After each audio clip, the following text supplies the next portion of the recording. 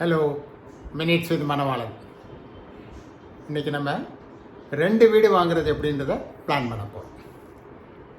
எனக்கு உங்களுடைய mind voice கேட்குது, ஒரு வீடே வாங்க முடியல சார், மந்த்லி எக்ஸ்பென்சஸே மீட் அவுட் பண்ண முடியல, எப்படி நீங்கள் 2 வீடு வாங்கலாம்னு சொல்கிறீங்கன்ட்டு. Okay, let us plan. நமக்கு எங்கள் ஃபாதர் வந்து ஒரு வீடு வாங்கியிருந்தார். ஸோ என்னுடைய ஆசை வந்து என்னுடைய லைஃப்பில் நான் ஒரு 2 வீடு வாங்கணும்னு பிளான் பண்ணுறோம். ஸோ நம்ம வந்து ஒரு 2 வீடை எப்படி வாங்கலான்றதை பிளான் பண்ணுவோம்.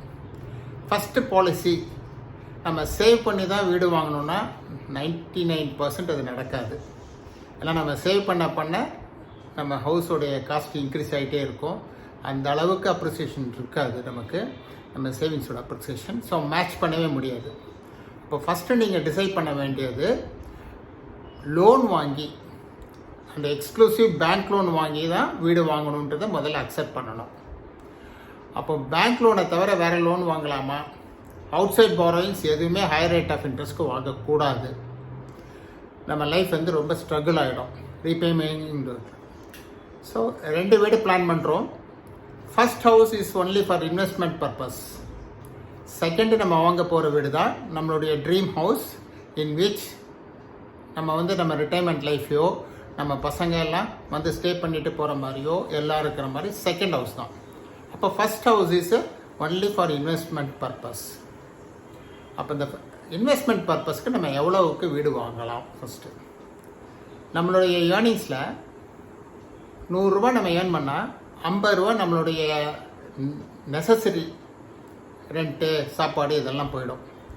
மீதி இருக்கிறதுல ஒரு 40% நம்ம இன்வெஸ்ட்மெண்ட் பண்ணலாம், 10% சேவிங்ஸ் வச்சுக்கலாம் ஃபார் எமர்ஜென்சி. இதுதான் காமன் ஃபார்முலா நம்ம அப்ளை பண்ண வேண்டியது. இப்போ 2 வீடு வாங்க பிளான் பண்ணும்போது, இப்போ பிளான் பண்ணிட்டோம். இதுக்கு காசு எப்படி எடுக்கிறது? நம்ம ஏற்கனவே சொன்ன மாதிரி பேங்க் லோனை தவிர வேறு எந்த அவுட் சைட் பாரோயிங்ஸும் வாங்கி ஒரு வீடுக்குள்ளே இன்வெஸ்ட் பண்ணக்கூடாது. Repayment is very difficult. இந்த வீட்டிலேருந்து முதல்ல என்ன இன்கம் வரும்ன்றதை புரிஞ்சுக்கோங்க. நம்ம வந்து ஒரு 1 lakh ருபீஸை பேங்க்கில் போட்டால் 8.8% கிடைக்குதுன்னு வச்சுங்க இன்ட்ரெஸ்ட்டு. உங்களுக்கு ரெண்டல் இன்கம் 4%, பாதிக்கு பாதி தான் கிடைக்கும்.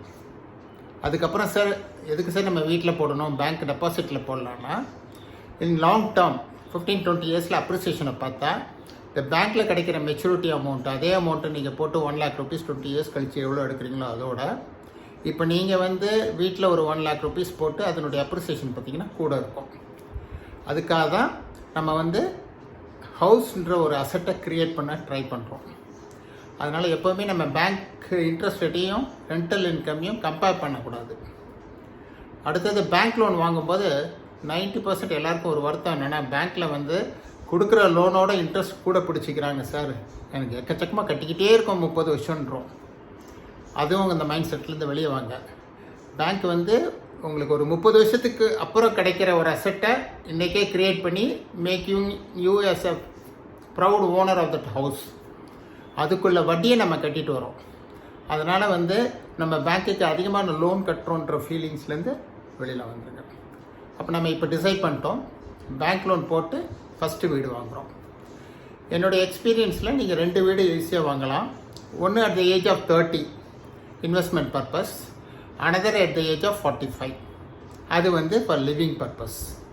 அப்போ ஃபஸ்ட்டு இன்வெஸ்ட்மெண்ட் பர்பஸ்க்கு நம்ம எவ்வளோ இன்வெஸ்ட் பண்ணலாம்? என்னுடைய சம்பளம் வந்து ஒரு 50,000 ருபீஸ், 30 இயர்ஸில் என்னுடைய சம்பளம் 50,000 ருபீஸ் வச்சுக்கோம் ஃபார் எக்ஸாம்பிள்.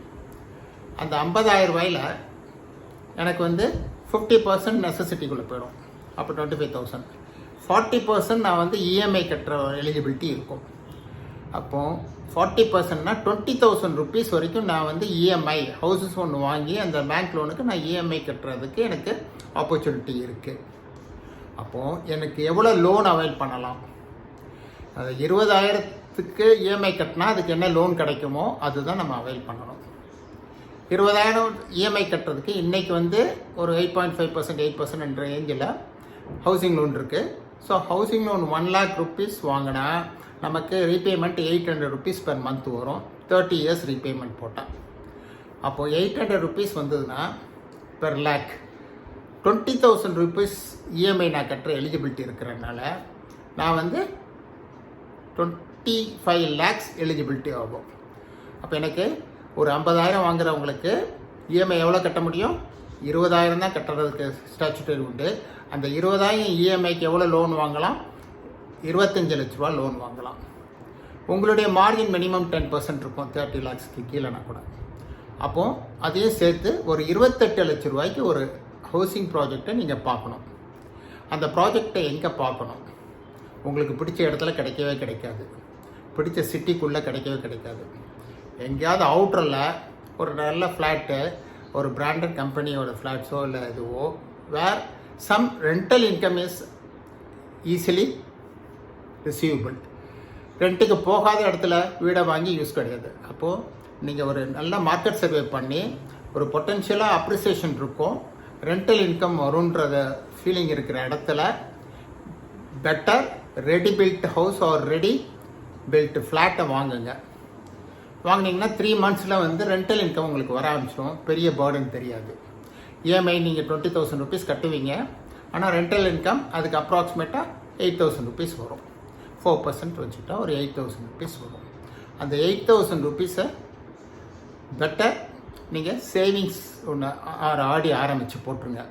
இந்த 8,000 rupees எவ்ரி மந்த் சேவ் பண்ணுறது நெக்ஸ்ட்டு ஹவுசிங் லோனுடைய மார்ஜின் மணியாக நீங்கள் யூஸ் பண்ணிக்கலாம்.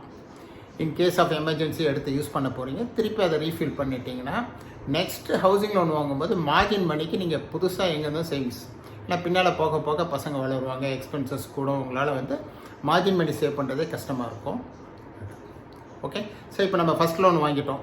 ஃபஸ்ட் லோன் வாங்குறதுல என்ன ரொம்ப சாய்ஸ் இருக்காது, உங்களுக்கு பிடிச்ச மாதிரி ஃப்ளாட்ஸ் இருக்காது, அந்த மாதிரி இருக்காது. 25 lakhsக்குள்ளே எது better appreciation, better rental value இருக்கோ அதில் become you try to enjoy the house, becoming a owner of that flat or that house. Okay, so project number 1 over. Second project நம்ம எப்போ எடுத்துக்கிறோம்? 45 yearsல. அப்போ 45 yearsல நம்மளுடைய சேல்ரி வந்து எவ்வளோ கூடி இருக்கும்?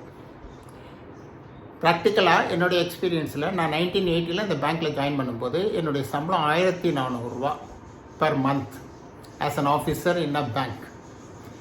நான் ரிட்டையர் ஆகும்போது 2014 33 years கழித்து 1,40,000 rupees. அப்போது என்னுடைய சம்பளம் 100 times இன்க்ரீஸாக இருக்குது. நான் 80 ஜாயின் பண்ணும்போது I have never thought it will increase by 100 times. ஒரு 40,000 50,000 நம்ம ரிட்டையர் ஆகுன்றது தான் என்னுடைய தாட். பட் ப்ராக்டிக்கலாக என்ன நடந்திருக்கு? ஒரு ஆர்கனைஸ்டு செக்டரில் நீங்கள் ஒர்க் பண்ணும்போது ப்ராப்பர் வேஜ் ரிவிஷன் இதெல்லாம் இருக்கிறதுனால எவ்ரி இயர் 5 வேஜ் ரிவிஷன்ஸ் 6 வேஜ்னு பார்த்ததுனால உங்களுடைய டிஏஇ எல்லாம் இன்க்ரீஸ் ஆகி இட்ஸ் அ ஹியூஜ் சம். இன்றைக்கி மாடர்ன் டேயில் 100 times இன்க்ரீஸ் இருக்குமா? இருக்காது.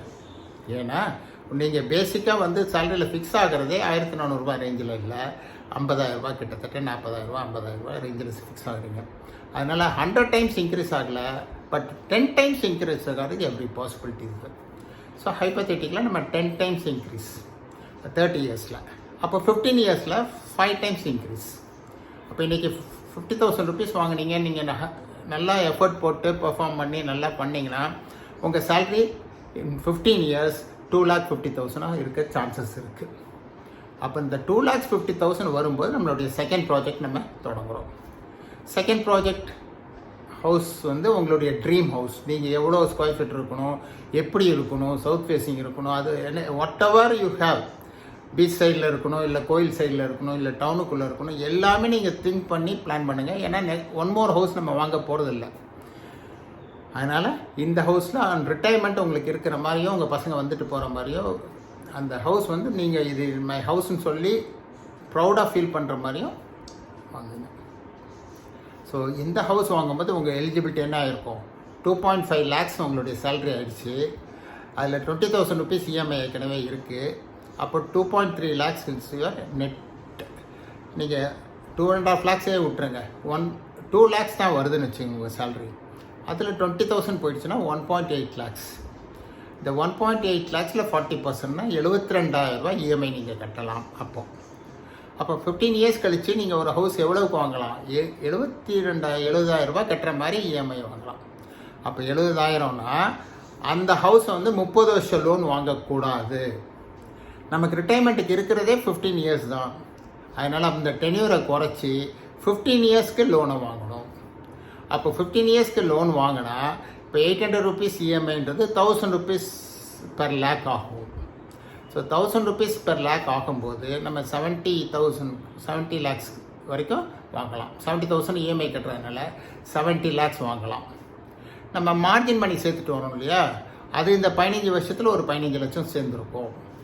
அப்போ கிட்டத்தட்ட ஒரு 85 lakhsக்கு உங்களுடைய ட்ரீம் ஹவுஸை உங்களுக்கு பிடிச்ச லொக்கேஷனில் உங்களுக்கு பிடிச்ச மாதிரி வாங்கி ரீபேமெண்ட் தொடங்கணும். ஸோ இது ரீபே ஆகிட்டே இருக்கும். 60 இயர்ஸ் ஆகும்போது உங்களுடைய இந்த லோனு முடிஞ்சிடும். அந்த லோன் வந்து நீங்கள் 30 அதுவும் முடிஞ்சிடும். 2 லோனும் ஃப்ரீயாக இருக்கும். ஒரு ஹவுஸில் போய் நீங்கள் you will start living your life, happy life in your dream house. அடுத்த நீங்கள் 8000 இப்போ வாங்கின ரெண்ட்டு அந்த டைமில் வந்து ஒரு 50,000 rupees வரும். So 50,000 rupees. ஸோ இது ரெண்டுமே சேர்த்து உங்களுடைய ரிட்டைர்மெண்ட் லைஃப் வந்து ஒரு லக்ஸரி லைஃப். நீங்கள் வந்து ப்ரீ ரிட்டைர்மெண்ட் இருந்ததோட ஒரு லக்ஸரியான லைஃப். ஓகே, இதில் வாங்குறதுல என்ன பெனிஃபிட்? பேங்க் லோன் வாங்குறதுல, ஹவுஸ் வாங்குறதுல என்ன benefit? For example, first loan நீங்கள் வாங்குறீங்க, அந்த டைமில் நீங்கள் 50,000 ஏர்ன் பண்ணியிருக்கீங்க. அப்போ 6 லட்ச ரூபாய் ஸ்லாபில் இருக்கீங்க. ஓகே, அப்போ அதுக்கு நீங்கள் உள்ள டேக்ஸை கட்ட வேண்டியது இருக்கும். சப்போஸ் இதை வாங்கிட்டீங்கன்னா உங்களுடைய இன்ட்ரெஸ்ட் பேமெண்ட் கிட்டத்தட்ட 2 லட்ச ரூபாய் வருது. அப்போது உங்கள் இன்கம்லேருந்து 2 லட்ச ரூபாயை கம்மியாக்கிக்கலாம், 4 lakhs வந்துடும். 80Cயில் உங்களுடைய பிரின்சிபல் ரீபேமெண்ட்டு 1.5 lakhsை கழிச்சிக்கலாம். அப்போது அதையே கழிச்சிட்டிங்கன்னா 2.5 lakhsக்கு வந்துடும் உங்களுடையது. அப்போ நீங்கள் டேக்ஸ் பேமெண்ட் ஸ்லாப்லேருந்தே கீழே வந்துடுவீங்க. ஸோ நில் டேக்ஸ் பே பண்ணுவீங்க. அப்போ இப்போ என்ன நீங்கள் டேக்ஸ் பே பண்ணியிருக்கணும் அது சேவ் ஆகிடுது. ப்ளஸ் நீங்கள் ஏற்கனவே ரெண்டல் இன்கம் வாங்குறீங்க, அது சேவ் ஆகிடுது. இது ரெண்டும் சேவிங்கையும் நீங்கள் எடுத்துகிட்டு உங்களுடைய இஎம்ஐயில் கழிச்சிங்கன்னா ஒரு சின்ன அமௌண்ட்டு தான் நீங்கள் இஎம்ஐ கட்டுற மாதிரி ஸ்ட்ரெயின் இருக்கும். அதனால் உங்கள் லோனை வந்து தைரியமாக வாங்கி ஹாப்பியாக உங்கள் ரிட்டைர்மெண்ட் லைஃப்பையோ உங்களுடைய லிவிங் லைஃப்பையோ ஸ்மூத்தாக பெரிய லயபிலிட்டிஸ்குள்ளே போகாமல், அவுட் சைட் பாரோயிங்ஸில் போகாமல், அகலக்கால் வைக்காமல் ஹாப்பியாக வாழ்கிறதுக்கு என்னோட wishes. Bye from minutes from an hour.